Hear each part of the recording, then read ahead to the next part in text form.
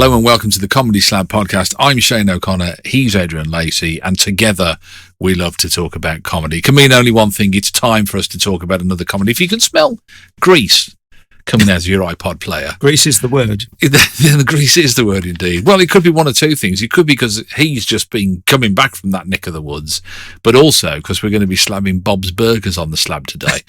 More about both of those things in a second. Let me just tell you about the Comedy Slab podcast if you've never heard it before. The two of us get together each week, having alternately chosen a comedy program to watch or listen to. And then we have a chat about it, and we'll play you a couple of clips between now and the end of the podcast. And we'll also give the program in question a mark out of 5 each, giving it a grand total out of 10.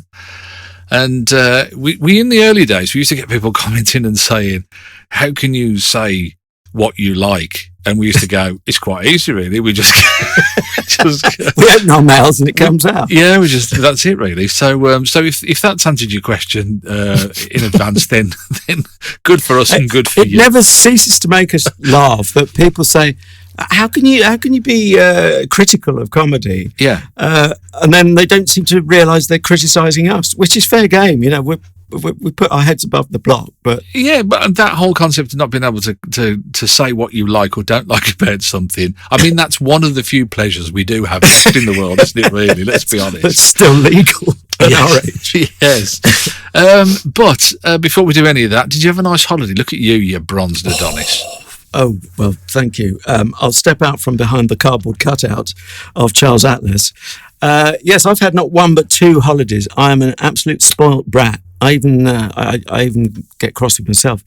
I've been to Greek islands before, but never been to the mainlands. Went to Athens, seemed as good as any place to go, and then hopped across, as one does, on water, to Hydra. It's spelt Hydra, but the Greek island of Hydra, where cars are banned. The only traffic you see is donkeys. Oh, wow. And they even clean up the donkey doo-doo immediately after it's done a doo-doo.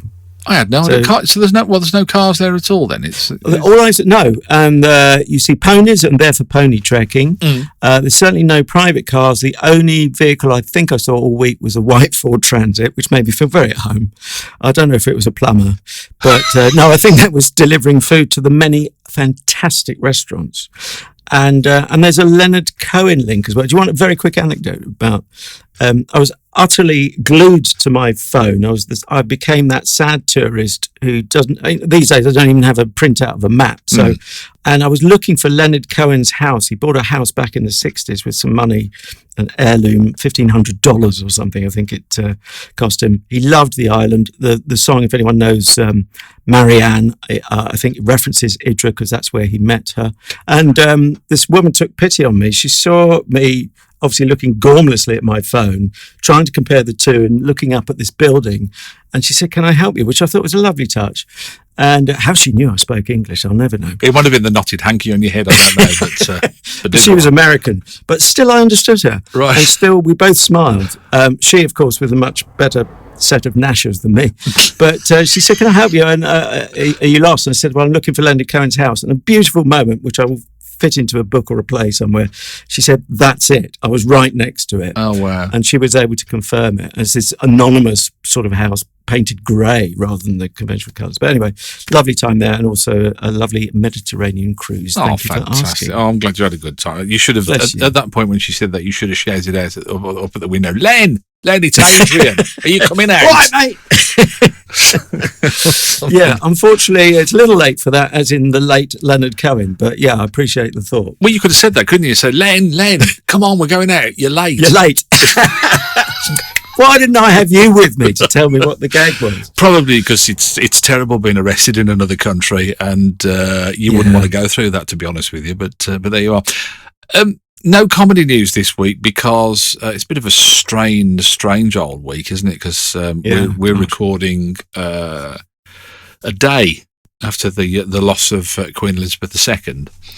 And I know we've got listeners in the US, so we kind of thought it'd be nice if we take a moment. So I know it's not exactly comedy news, but we kind of got and do you know, one of the things that I always liked about her and didn't really realise it was one of the things I always liked about her is she seemed to have a wicked sense of humour, and not least the fact that she did that skit for the Olympic Games, didn't she? The 2012 Olympic Games when she... With James Bond, yeah. So she was always kind of, as they say, game for a laugh. And I didn't quite know how much until I found it. I've been doing a bit of hunting around. I just wanted you to hear this because I think it's wonderful. I think it's one of the best anecdotes of the royal family I've ever heard.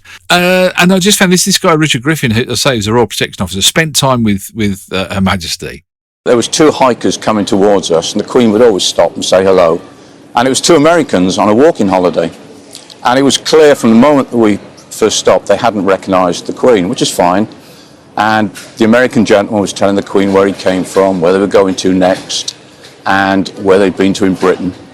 And I could see it coming, and sure enough, he said to Her Majesty, "And where do you live?"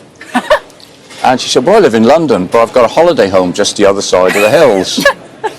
And he said, "Well, how often have you been coming up here?" "Oh," she said, "I've been coming up here ever since I was a little girl, so over 80 years. And you could see the clogs thinking. He said, "Well, if you've been coming up here for 80 years, you must have met the Queen." And as quick as a flash says, "Well, I haven't, but Dick here meets her regularly." So the guy said to me, "Oh, you've met the Queen, what's she like?" And because I was with her a long time and I knew I could pull a leg, I said, "Oh, she can be very cantankerous at times, but she's got a lovely sense of humour." Anyway, the next thing I knew, this guy comes around, put his arm around my shoulder, and before I could see what was happening, he gets his camera, gives it to the Queen, and says, "Can you take a picture of the 2 of us?" Anyway, we swapped places, and I took a picture of them with the Queen, and we never let on, and we waved goodbye. And then Her Majesty said to me, "I'd love to be a fly on the wall when he shows those photographs to the friends in America, and hopefully someone tells him who I am." It's one of those that kind of ramps up, doesn't it? Gets worse and worse as it gets. Do have a quick photo. Well, what it said to me as well was the protection officer had a good sense of humour, and that would be vital for working so closely with someone, long hours. Yeah, you've got to try. I mean, he's got to be prepared to give his life for her.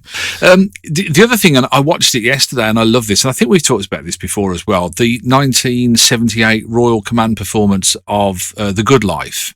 Oh, yes. Live from Studio 6, was it, in Television Centre, which... if it was 6, then that was the same studio where they made Monty Python. Wow. 1969 onwards. If those walls could talk, although they're probably... they're demolished now, sadly. No, some of them are. They're an expensive apartment now, aren't they? Oh, well, yeah, probably different walls. But yes, I can talk, but... you have to pay me. But where did we get to with that? Oh, yeah, that's interesting. People might want to have a look at that.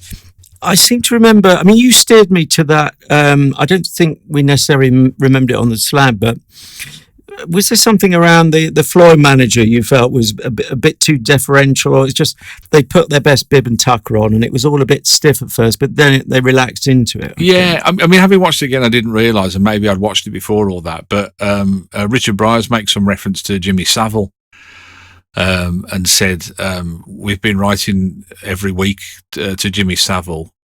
I remember that. And tonight it's finally happened, meaning that he'd written to ask Jimmy Savile to fix it for the Queen to come and visit them, kind of thing. And that's a bit awkward because obviously, history has given us a very different picture of all of that. But yeah, it was kind of all like really. I was on tenterhooks. I was watching it, and the first time I watched it, it was like, oh my god! And the whole and some of the comments on the YouTube thing, they're saying, I remember this as a kid, and I remember it being massive. The whole hoo-ha around the fact that this was going to go out live, and you watched her go in, sit in, take a seat, and the Queen was sat there, and then they did this. I mean, can you imagine what your nerves would be like to do something like that? Gosh, yeah, you'd just have to somehow blot it out, wouldn't you? Yeah, incredible. But briefly, can we just talk very quickly, because I'm just conscious of the time, very quickly, about how the comedy world reacted to the death of the Queen, because it's caused a lot of controversy, hasn't it? I don't know if you heard, did you see Kevin Bridges had made some jokes at the start of his... I did, yes. Once I was a bit behind the curve, but then I caught up with the curve. And look, it's typical. Daily Mail is where you might want to come in on it if, like me, you weren't up to speed with it previously. Typical Daily Mail, it says, "Oh, isn't this offensive? And by the way, if you haven't seen it, here's a link to the video on TikTok, so you can be offended and write in." And actually, I think it's a very well judged joke, but if you're of a certain sensibility, and it may or may not coincide with a certain age group or socio-demographic, who knows.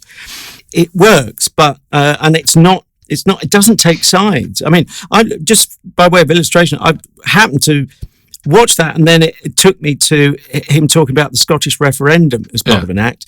He did it so beautifully that you couldn't be offended on either side of the argument. But what did you make of it? I could see how people could be offended. Yeah, I mean, I was like a bit, some of the things that he said, but equally, I'm always conscious of the fact. I mean, I hate this cancel culture, and I think it's the most obnoxious thing that we have in modern society. And you've got to put that head on and think, I can't. You're as bad as the people wanting to cancel in the first place. If it's because it's something you don't like, that you want to stand up and go. And so he's got the perfect right. He's a comedian, like you say. That's what he does. That's his bread and butter. That's and it's no good saying, oh well, he's offensive. But I don't know, Ricky Gervais making some comment about some other issue isn't offensive, and we should let him have free speech. Free speech is for everybody, isn't it? And whether you like it or not, or whether you like what they say or not, I think that's but maybe there's a thing about timing there, but equally again, he has the right to do that with free speech, and I think he should, and it's my right to go, I don't want to watch that because it upsets me or it offends me or whatever. I mean, on another day, you'll have Busty blah blah, or they may not call her Busty because they like to think they're slightly classier than the Sun or whatever. Yeah. But, it will have a preening woman on a beach or whatever, scantily clad, and it sits quite comfortably, or does it apparently comfortably, side by side with this sort of frothing at the mouth. And, if you want consistency, I'd say we're the wrong species for that, and the Daily Mail probably isn't the place to go to. Disgusting. Send me the link afterwards, and I will do, and I'll find out just how disgusting it is. I'll tweet it out on @ComedySlab so everyone listening can be disgusted as well. However, we criticise social media, but without it, we wouldn't have this week's episode of the Comedy Slab, because it comes to us courtesy of Morris Baum. Baum. I never know which way to pronounce the other thing I thought is it because it's Morus? Is it Morus perhaps? Oh, it could be Morus. Yeah, I thought it was Morris, but send us a note on Facebook, Morris. I do apologise. Please, if you butchered your name, I do apologise for that. Yeah, but he said to us, why didn't we have a look at Bob's Burgers? Now I've gone to series 12, episode 1. So you can't say, this is just bedding in or anything like that. This is well established, hugely popular. I have to say, it is hugely popular. But before we go and have a little listen to a clip, was this something that invaded your consciousness at all? Were you a Bob's Burgers fan, or have you seen it? No, I hadn't seen it, and I was delighted to be steered to something new. People listening to last week's episode will have heard me do a sort of oral audio double take. I had to check it was. Do you mean 12 series or episode 12 of series 1 or something like that? Absolutely shocked. I'm not shocked that I hadn't heard of it, because I do miss cultural things and run to keep up. That's fine and dandy. We're all busy, and I've got my head in other things. I nearly said I've got my head in other pies. That's a bit bizarre. But enough about my weird hobbies at the weekend. That'll explain the steak and kidney on your eyebrows, which I didn't want to mention when we started. And I'm not kiddling either. So I came to it with an open mind, and or some would say empty. But wanted to give it a go. What can I tell you about it? Well, it's I mean, it does what it says on the tin, doesn't it? Really, Bob's Burgers. It's set in the Belcher family are the main characters, and Bob is the Bob from Bob's Burgers. He's got a burger store, obviously. It's all coming together now, and it revolves around Bob and his wife Linda and their children Tina, Jean, and Louise.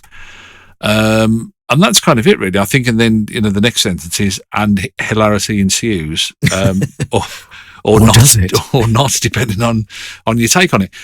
So let's have a quick clip right at the top of the episode, right at the top of a new season, and the first episode in that new season. We catch up with the Belcher family. They're around the table, or most of them are at the breakfast table, as they kind of set things up for. It's interesting because there are two strands in this episode, two story strands, and they set things up for the first of the two story strands in the episode.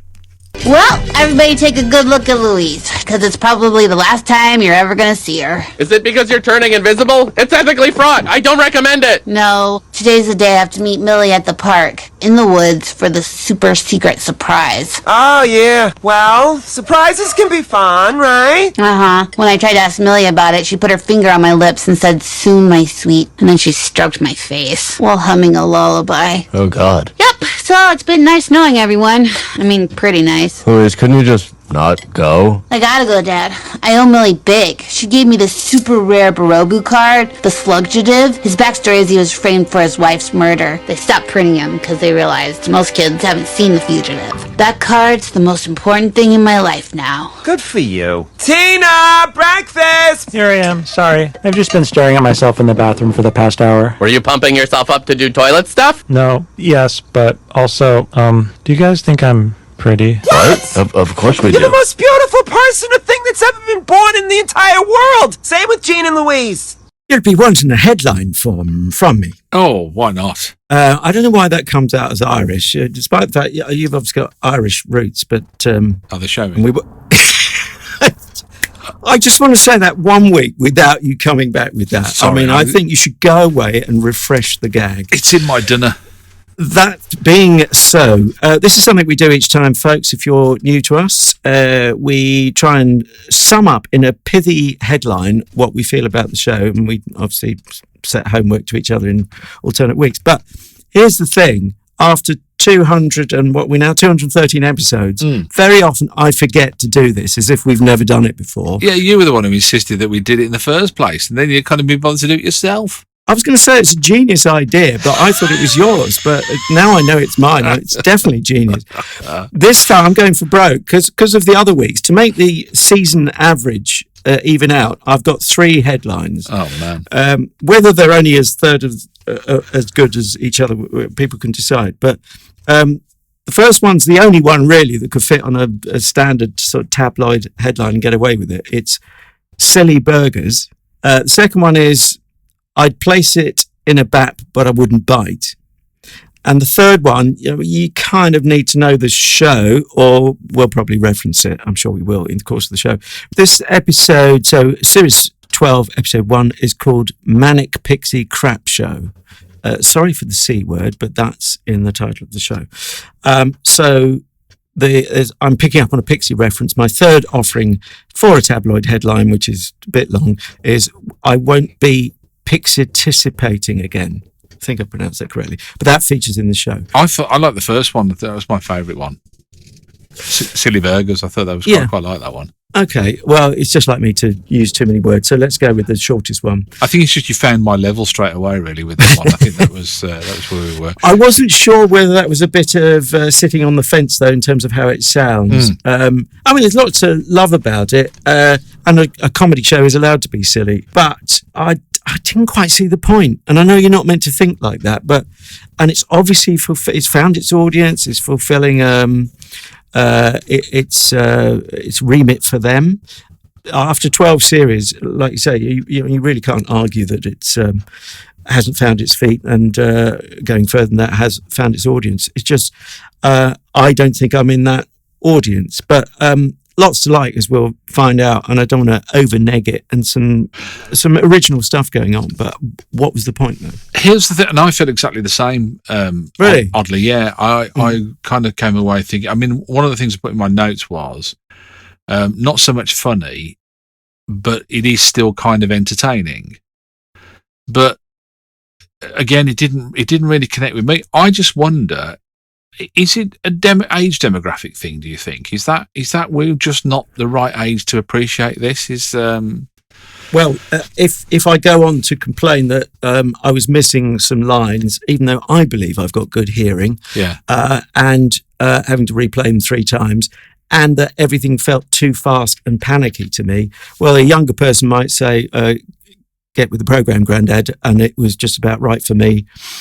So, yeah, I do wonder. Yeah, younger demographic, but it felt like, I mean, there were a lot of words, weren't there? Yes. I'm guessing you, because I know we've talked about other shows where we felt it's just rammed with words. Yeah. And then sometimes that can be TV, sometimes it's radio, podcast, whatever. But I just felt it didn't quite believe in itself. So instead, I may have used this illustration before. When I worked as a sound engineer working on EastEnders, if nothing happened for a bit in the story, the go-to sound effect was a train to fill the gap. Right. If there's a little pause, and God knows, I mean, EastEnders to me then seemed pacey. Looking back at old episodes, it might seem quite slow now, which rather suggests it's, I've got slower and it's probably paced up. But it's like that, and I always used to think, well, we don't have to have anything there.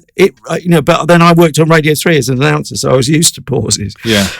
Mine were rather good ones, I felt, and someone told me once to develop a sense of silence. But I mean, that seems like an anti-Radio 3 joke. But at the same time, there is value in silence. Silences can speak loudly, can't they? Isn't that just a nice way of saying shut up? You need to develop a sense of silence. Well, that's charming. I was only talking to you. I'm leaving that for my son. I'm going to write that down. Frank, you need to develop a sense of silence. That's another SOS, along with Sidebar of Shame. Yes. And Save Our Ships. I mean, the thing that left me struggling was not only all of the things that you said, and yes to all of the above from what you've just said, was the content as well, was the plot lines and the story. I was like thinking, I really want to try and care, but I just don't care that she's got to go off into the woods and do the pixie princess sparkle sprinkles or what. I'd like, at what age does that? I don't know. Do you know what I mean? I was really struggling with whether I was in the right room to what was the middle bit? Yeah, I really wasn't. Well, what I think it isn't. Can't we agree at least?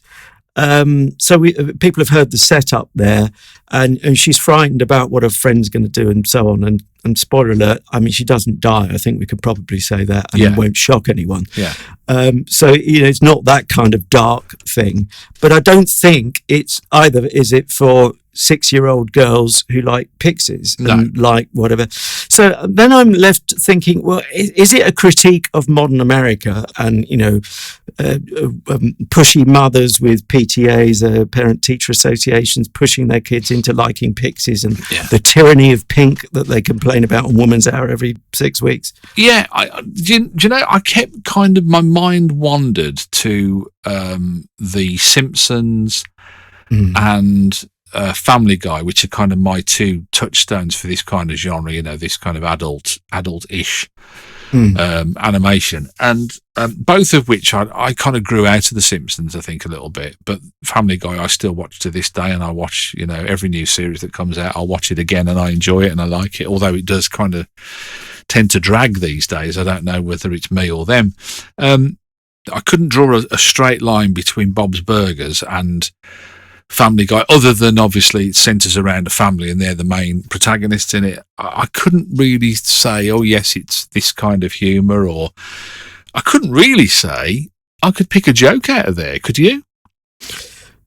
There were some jokes, but as you see above, they were utterly rushed and nervy to my ear. Right. But not anything I can pull out of the hat now and people will fall about laughing. In context, for instance, or do we get onto the flowers in the next clip? So I probably shouldn't preempt that if we do.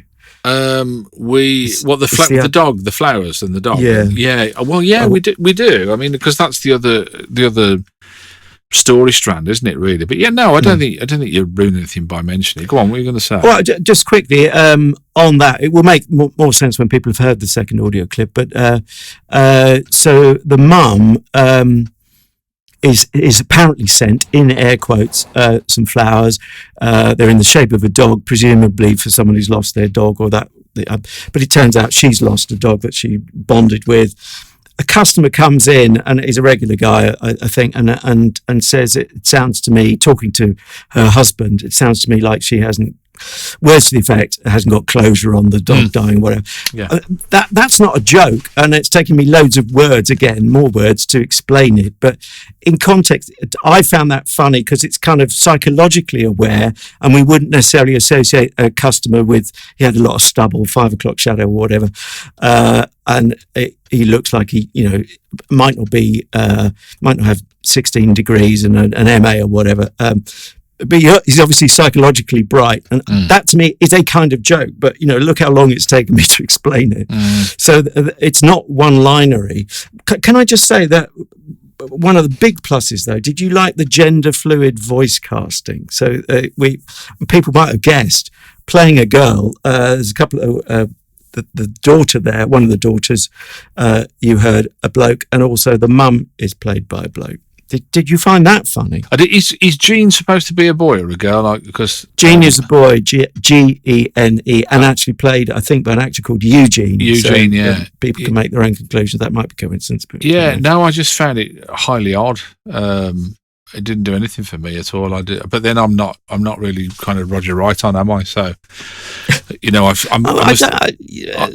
don't think that just has to be seen through the lens of being right on. I think it's just quirky. Why would you do it? I don't understand why you do it. Why would you do it? Because it wasn't even borderline, was it? You go, why is a bloke voicing a character called Tina and Linda? It just seemed odd. It wasn't as if they were even. I don't know. It's just weird. Right. To the extent I've got an answer, and actually I didn't dwell on it at the time. I parked it and thought, that's a bit quirky. I think it's about with the daughter, at least. The daughter we heard played by the male voice is Louise, isn't it? No, I'm confusing my two No, Louise daughters, is actually sorry. played by Kristen Schaal, who... Yeah, I sorry. don't know if you recognised her. I don't know if she was in the episode we Slab, but when we Slab Flight of the Conchords, Kristen Schaal was actually the groupie of the Flight of the Conchords. She's great. I like her. She's a good actress. She always plays a kind of goofy kind of person. But yeah, she plays Louise. Sorry, I got my daughters. They're not my daughters, I should say, but Tina. But she's the one who thinks she's ugly. So in answer to your question, in as much as I have an answer, I'm wondering whether she's cast that way just to make her more of an outsider as a girl. So she isn't the sort of pretty in pink type. Right. But again, it's not negging her ultimately. I find it quite interesting. I should imagine like the woke brigade would be down on them like a ton of bricks and say, well, it's a female character. You should have a fit because you're not allowed to pretend in acting when you're talking about this kind of culture. So you kind of say, well, you've got to have a female. I'm surprised they haven't been forced to have a female actress to play the part. Well, if they were that literalist, and there is a contingent that can. They are, yeah. They might say. Look, why are you drawing these people? Why don't we actually see them for what they are? Yeah. But then we wouldn't have cartoons. So do you think it might be time to hear that second clip and to hear about a dog with a weird name? Yeah, I've chose this clip because it kind of shows what I felt was the clumsy way that it transitioned between the two storylines. I think there was no finesse in there at all in terms of it just went bang, bang, bang. It's what we call a butt edit in the trade. Yeah, in a major way. But I thought it was interesting because, to say, we get to see the transition between the two. So, Tina and Gene and Louise have gone off to do this stuff in the woods, haven't they? What they're called, is it girly stuff or whatever? This pixie stuff, pixie sprinkle stuff or whatever. They got off into the woods to do this thing, and we'll hear more of that. How that story kind of picks up from about halfway through this clip. First, we're back in Bob's Burgers.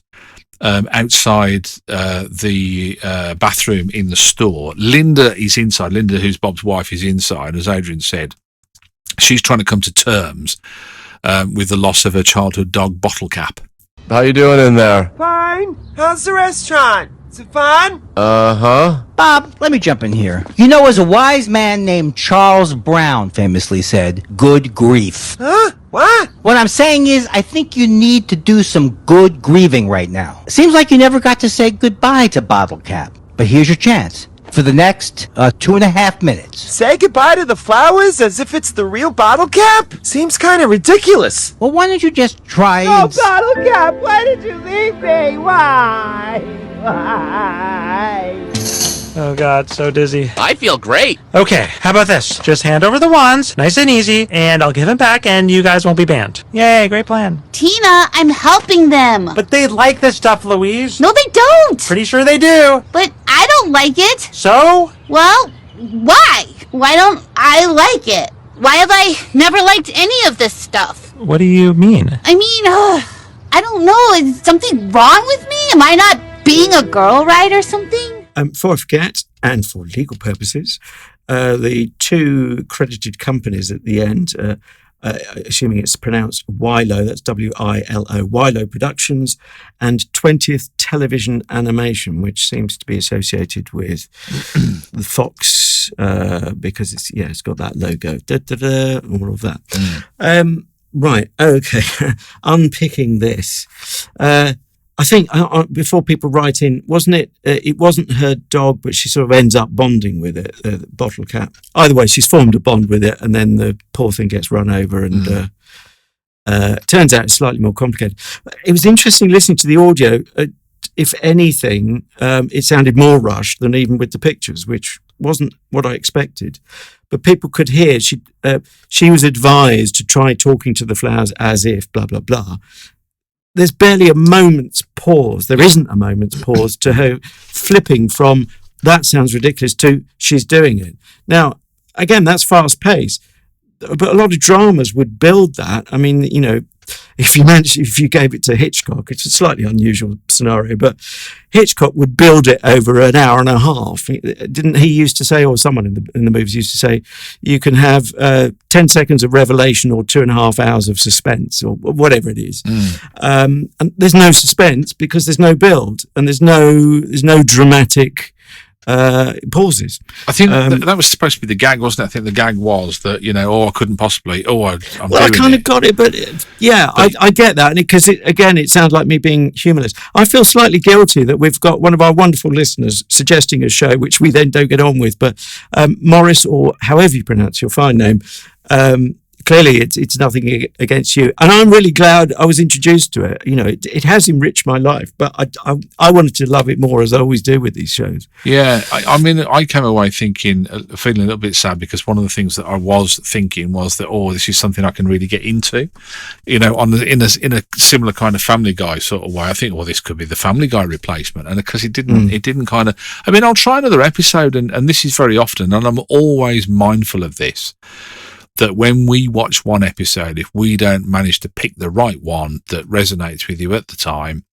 then, you know, that's the break, isn't it, really? But there is no other way other than we spend inordinate amounts of time just sitting there watching 12 series of stuff. Just give it another. Yeah. I mean, I think the numbers on, if I got it right, the director is credited with 158 episodes. Right. I suspect that is the total, but I mean, that's a high number, and we couldn't watch all 158, Morris. Sorry about that. But to my strange moods and trying to cancel out, you know, was I having a bad day? I watched it once before I went away on holiday. We've had a 2-week break, actually. And I watched one after my holiday, and I thought, well, do I feel massively different between the two? And I don't. And so for me, it's a settled view on this particular episode. There may be, I'm sure there are, you know, some that we might like more and some that we might like even less, unfortunately. But yeah, for me, the best thing is that casting, which has left you scratching your head. And there's some interesting lines in there, but it's such a furious pace, and it just needs a bit of fresh air between lines occasionally. That is an American thing, isn't it? Though, I mean, this has always been. I think it's been a criticism for a long time of British culture criticising American culture, is that they are fast talking, and I remember, when American series came across and there would be a difficulty understanding them. And I think we've adapted over, the number of years that we've been taking American imports on our TV networks and all the rest of it over here. So it's kind of, in a way, we kind of got used to it. But yeah, there is that. It's almost like as you said, with that gag that I couldn't possibly. Oh, I'm doing it now. Was almost swallowed up in the pace of it, as you say, because it's only when you kind of go back and watch it a second time, you kind of think, oh yeah, okay, I'm ready for it now, and I know what's going to happen. But yeah, it's a lot easier. But not everyone has watches things twice or wants to. Obviously, we live in a culture where you can pause, rewind, whatever else, if you've got the technology and you've got the time and the inclination. But not everyone has all three all of the time. I don't know. I just wanted a bit more.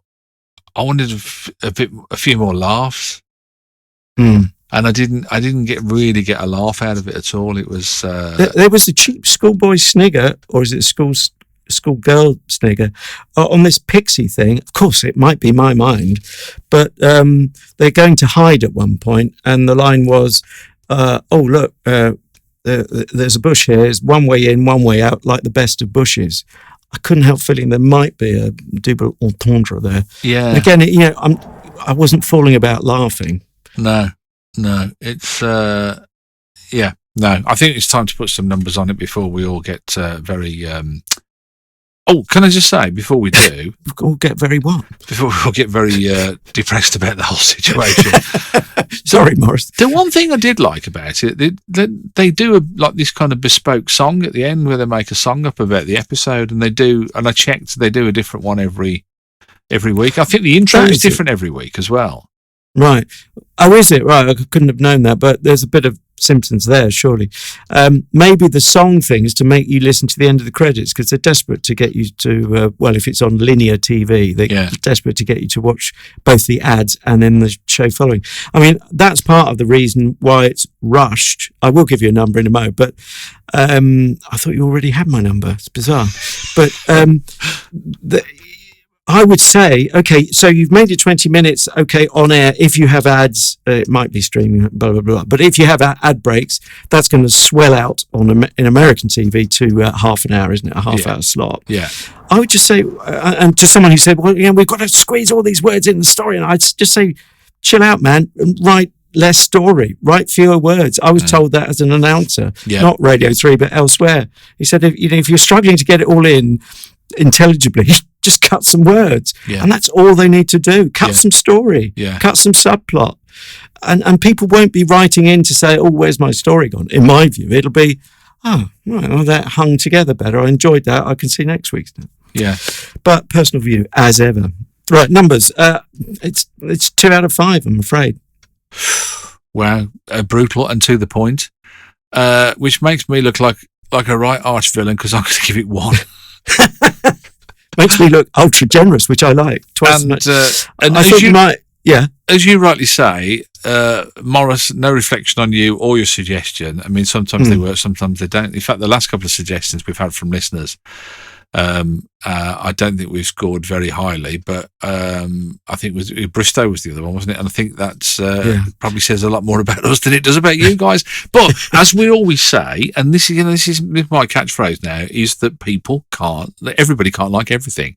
And that's the whole point, is that it's all about taste, and that's what we're talking about. We're not talking about whether it's good or whether it's bad in terms of taste. That's just where we come out on this one. So a very sad looking 3 out of 10 for Bob's Burgers. That's possibly the lowest ever, isn't it? Just quickly, because you mentioned Bristow, wasn't his catchphrase "good grief"? And there was a reference to Charles Brown. I'm guessing Charlie Brown. Charlie Brown, isn't it? Yeah. Also good grief. Yes, it was. Yeah. Could that be true? That's interesting. Anyway, right. Shall we move on and find out what we've got for next week? Well, it's your choice, isn't it?